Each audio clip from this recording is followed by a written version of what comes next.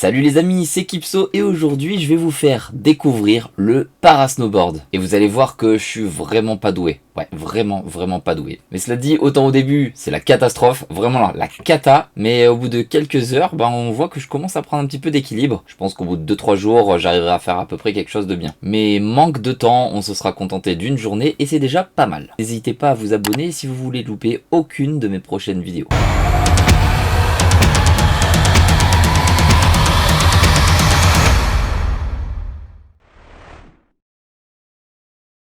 Avant de commencer cette vidéo, je souhaite remercier Gravier Sport, magasin de ski et snowboard aux Deux Alpes, de m'avoir prêté le snowboard et les boots que j'ai utilisés pour cette vidéo. En plus d'être très accueillants et d'avoir accepté de me prêter le matériel, ils sont aussi d'excellents conseils et leur matériel est de très bonne qualité. Je vous mets le lien du magasin dans la description.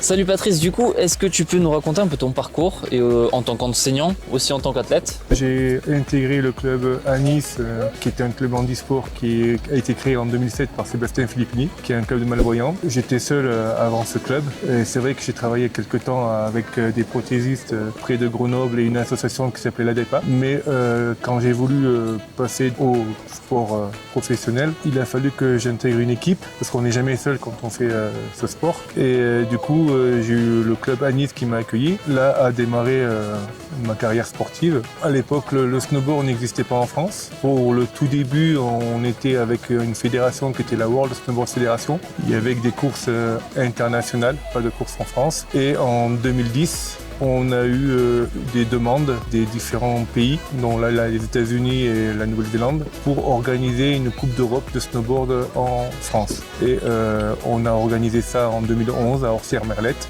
Et cette discipline a plu. Un émissaire russe était venu nous voir en 2012 quand on aura organisé les championnats du monde. Et la discipline est devenue olympique à ce moment-là. C'est là que le snowboard est apparu à Sochi en 2014.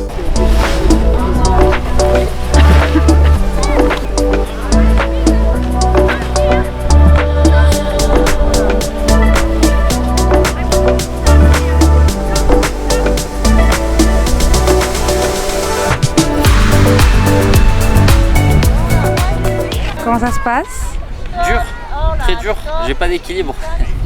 C'est casse-figure. C'est vrai qu'au début, le snowboard en France n'était pas connu. Quand il est devenu paralympique, pas mal de jeunes sont venus nous rejoindre. On s'est retrouvés à 4 ou 5 à vouloir se qualifier pour les Jeux paralympiques. Donc il a fallu que je gagne ma place pour les Jeux paralympiques et j'ai pu participer aux Jeux paralympiques en 2014 avec une coéquipière, Cécile Hernandez, qui a rapporté pour la première médaille du club, une médaille d'argent en snowboard cross à Sochi.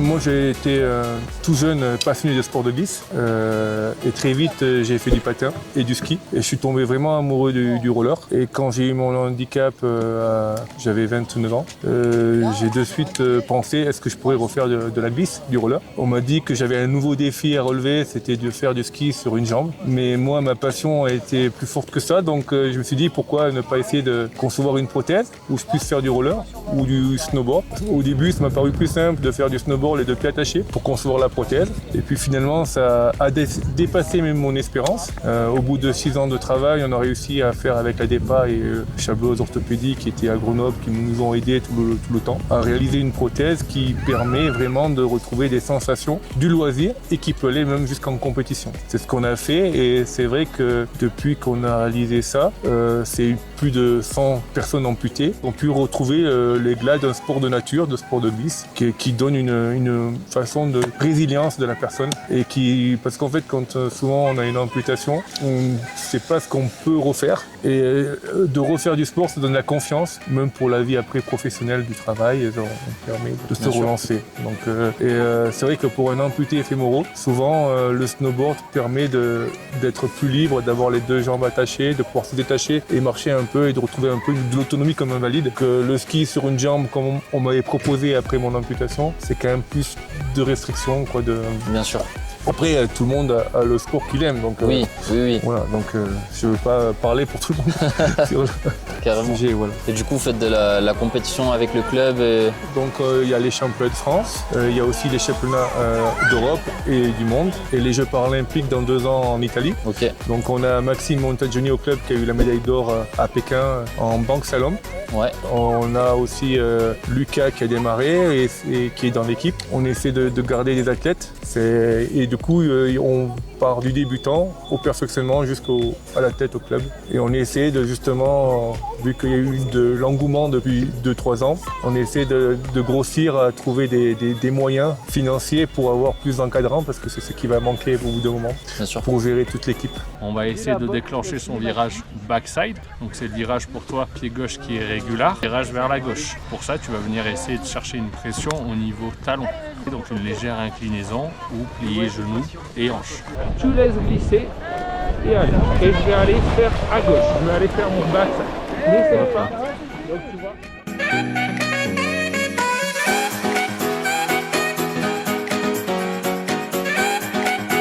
Allez, ça part. Et allez. Et vas-y, fais cet effort. Voilà. Et regarde à gauche. Regarde à gauche. Ah oui. Voilà. Il en fallait bien une.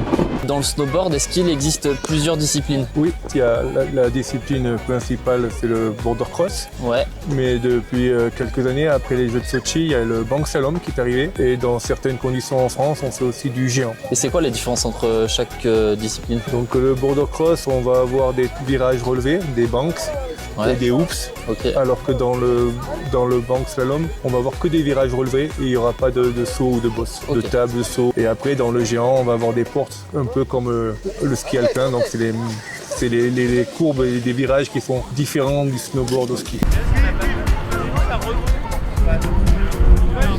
va viser au-dessus de la rive. Ça, on va faire de la vitesse.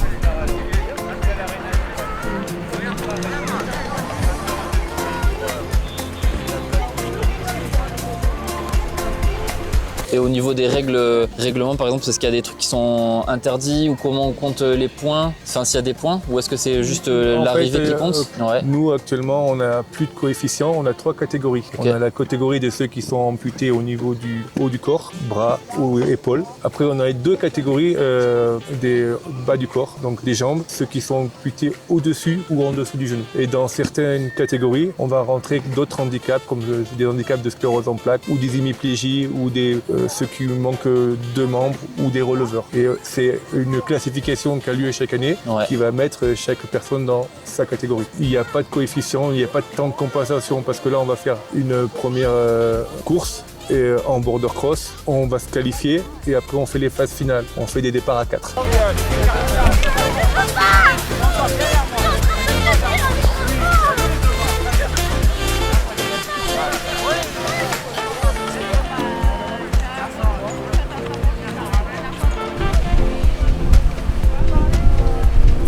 Quand il n'y a pas de neige, vous faites comment pour vous entraîner? Alors du coup, il y a de la neige en France même l'été. Ouais, Il y a les glaciers, le glacier de Deux Alpes et le glacier de Tignes, mais aussi des glaciers en Italie. ok. Donc l'équipe continue à s'entraîner, même ça peut aller jusqu'en Argentine, voilà, pour trouver de la neige. Les compétiteurs vont faire de 100 à 130 jours d'entraînement par an. Allez, ça glisse. Allez, je peux commencer à faire mon effort pour aller à gauche. Donc je vais lever mes orteils, je regarde à gauche. Voilà. Et ça traverse, ça traverse, ça traverse. Super. Là, tu vas essayer ton front. Oui, voilà. Regarde là-haut, regarde là-haut. Regarde la caméra, même si tu veux. Traverse, traverse, traverse, traverse, traverse. Redresse-toi. Voilà. Et regarde. Doucement, sois progressif. Progressif. Ok. On va essayer le front. Voilà. Et tu vas essayer de t'arrêter. Essaye de t'arrêter. Voilà. Hop là. Mieux. Mieux. Tu m'as fait des choses que je ne sais pas expliquer. Donc je vais te l'expliquer là-haut. Parce que là, bon, certes, tu as un appui sur ma main. Mais tu as réussi à enchaîner le front et le backside. Alors que je t'ai pas Ouais. expliqué la liaison des deux. Ouais. Tu vois bien, moi je me tais. Allez, t'essayes de tourner autour du piqué qu'il y a là. Ça va y aller, ça va y aller, ça va y aller. Ok. Ah ouais. J'aurais pas cru, mais ouais. Effectivement.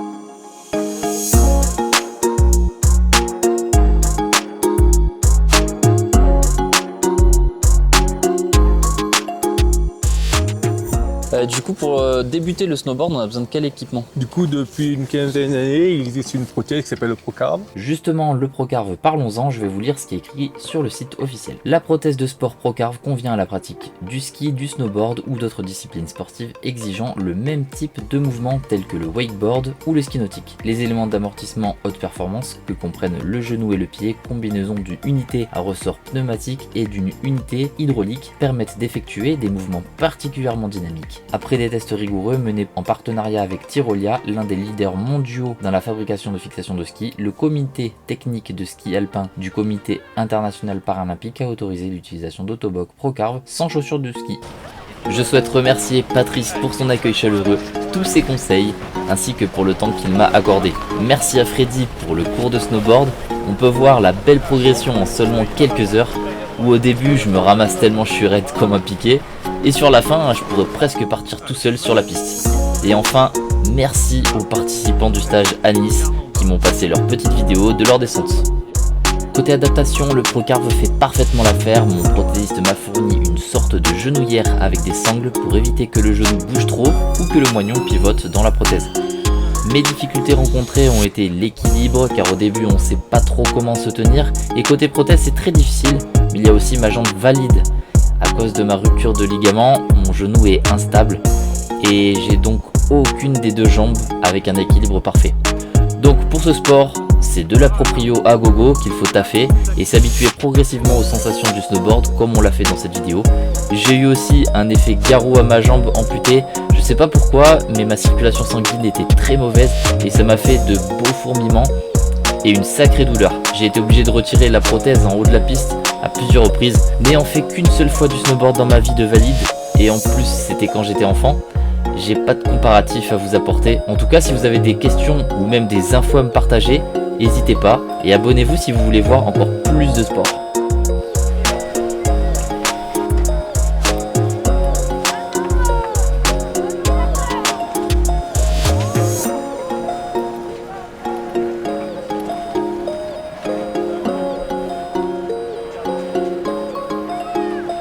Et voilà, c'est la fin de cette vidéo et comme d'habitude, n'oubliez pas que vous êtes maître de vos propres limites.